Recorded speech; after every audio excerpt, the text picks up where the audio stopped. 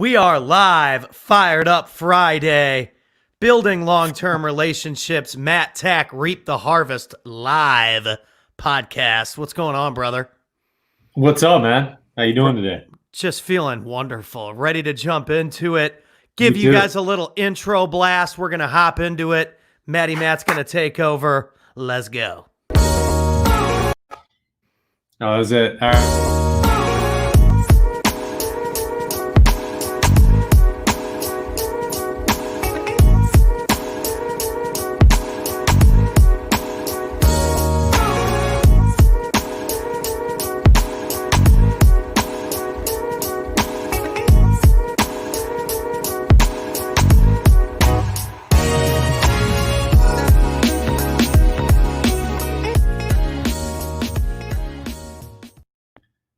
So much soul and just rhythm.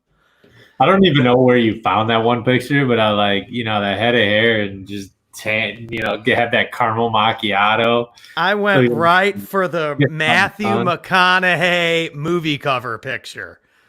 That's straight up Matthew McConaughey. I went into the grocery store the other day, and some dude looked back at me. He's like, "Sup, man?" And I'm like, "What's up, man? How you doing?" I just was like, smiled at him. And he's like, "Oh, I thought you were Brady for a minute." I'm like, "Tom Brady." Hey, man, I'll take it. I'll take it any day of the week. That just means he walked in there looking like a champion. Apparently, those push-ups are really paying off. That's beautiful. I told you that Tom Brady, but yeah, man. Oh, I thought you were Tom Brady for a minute. That's hilarious.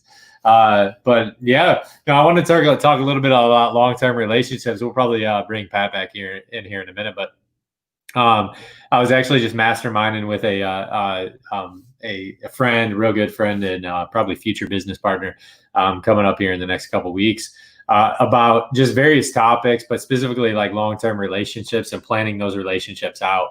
And I've touched based on how I approach the capital company and capital raising, that it's more built on the foundation of long-term relationships. And what does that look like? How do you build a longer-term relationship?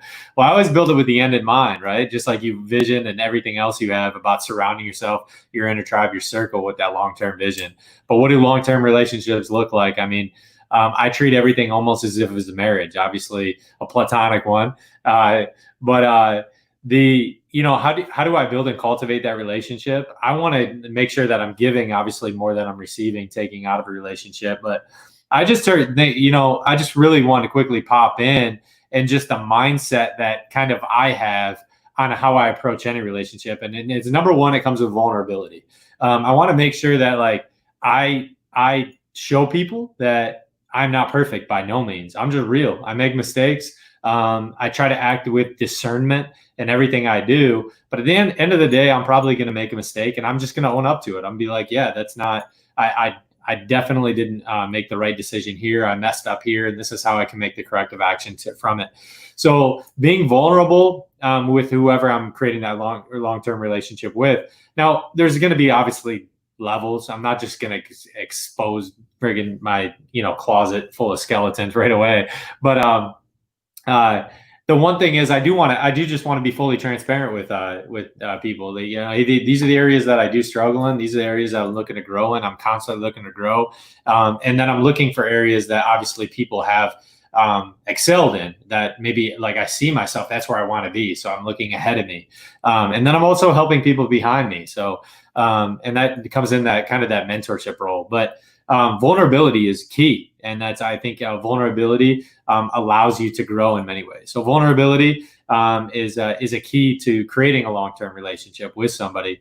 From a business standpoint or a personal standpoint, I think vulnerability is key in understanding that, hey, in a business, I don't have the answers to everything, but I can find them out, right? I can be that resource that can find them out for you. If I don't know it, I'm going to let you know. And then I'm going to go ahead and try to find the answers to it, because there always is going to be an answer. It's just, how far are you willing to dig?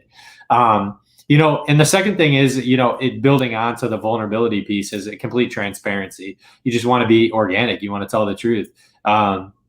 Those are synonymous with one another, but transparency is key. And just the ability to learn, but then also have a long-term relationship like survives through accountability. And so when we're building actually businesses out together, one thing that I found even in my business is that I never want to build a business really without somebody. With me, I know there's guys out there that can accelerate and grow a business, but I always like partners. I like somebody like a partner to do business with so that we can reach milestones and that we can celebrate those milestones.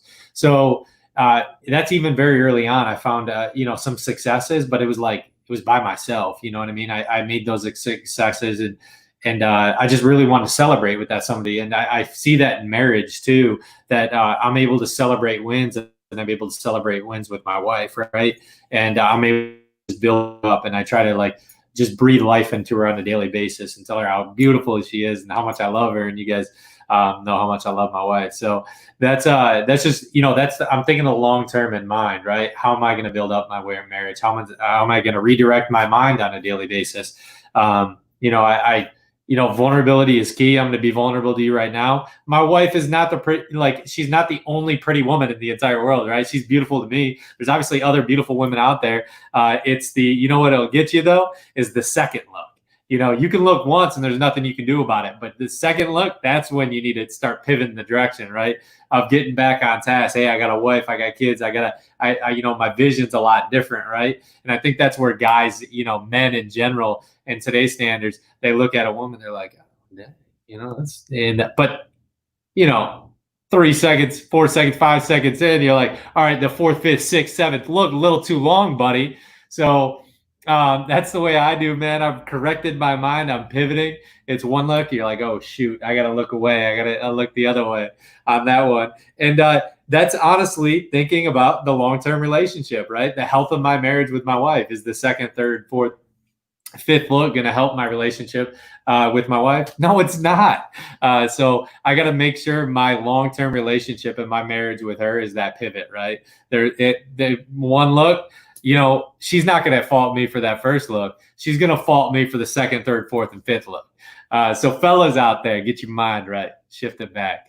But in business, what does that look like in business? Being completely vulnerable and transparent is getting yourself accountability partners. Those accountability partners in business. One thing is as we're constructing kind of a new business, I need to set parameters in place as far as what's our level of growth, what's our vision look like, how are we building that out, and then setting board of directors. I always thought, I'm like, well, I'm small business. I don't need those level of accountability. Accountability is one of the most important things you can have, right?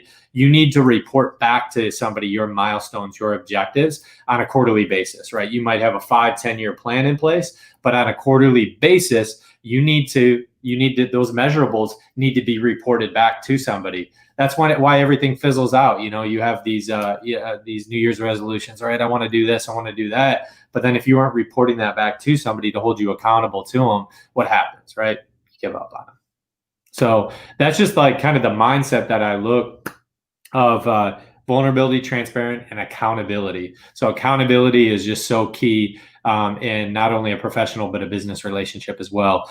So I got a lot of accountability guys that I'll be vulnerable with, that I'll call up and say, hey, maybe I'm struggling in this area. How can I learn from this? How can I learn from you? I'm always trying to ask questions, learn from that. But being vulnerable to the fact that, hey, man, I'm not perfect, and there's definitely different ways that I could have done this different. I could have done that differently. So just always trying to use discernment in my approach.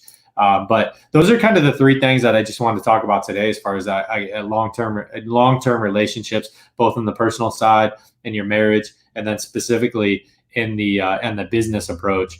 Is what are you using as those levels of accountability, but being vulnerable of how I can get better, like just kind of exposing yourself of like what areas that I feel like that are areas to grow in. Everyone that I interview, I'm like, what areas that are those areas that I specifically could that I could get better in or improve?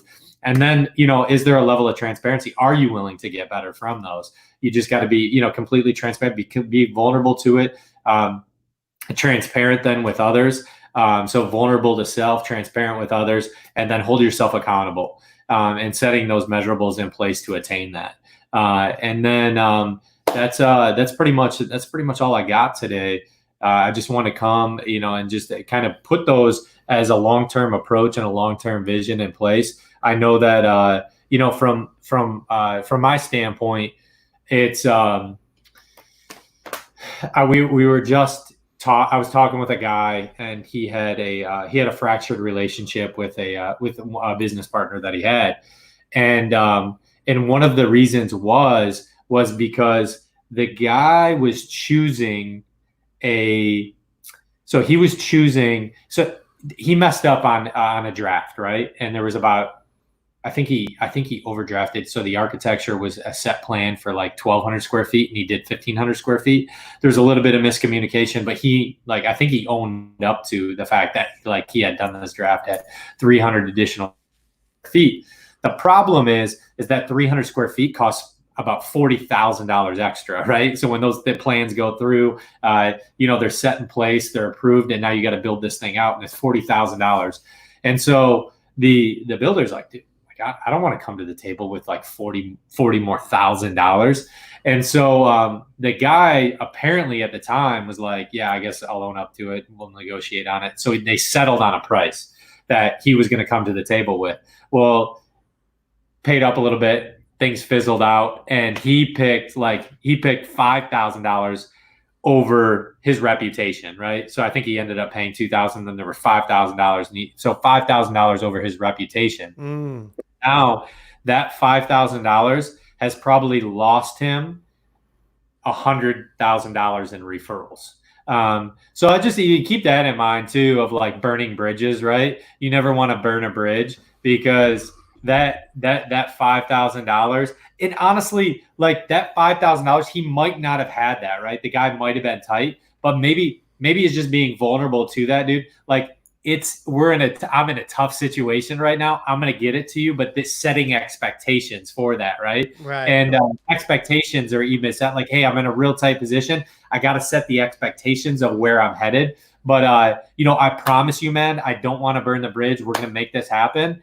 And can I get you on the next deal or something like that? Well, he set the expectations. I'm in a tough spot.